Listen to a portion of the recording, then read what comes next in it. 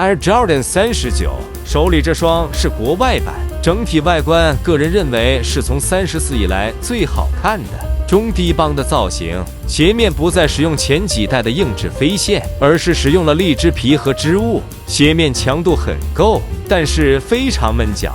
中底采用了全掌气垫加 Zoom Max， 配置非常高，上脚就能感受到软弹，并且重心不高。足弓两侧和后跟都有 TPU 包边进行支撑，虽然是球形后跟，但是落地不会有不稳的现象。后跟海绵填充很满，但是会有磨脚后跟的现象。外底是纹路非常浅的人字纹水晶底，耐磨性很差，并且只适合打室内。国外版上脚包裹感受很好，个人认为是近几年最强的 Jordan 正代。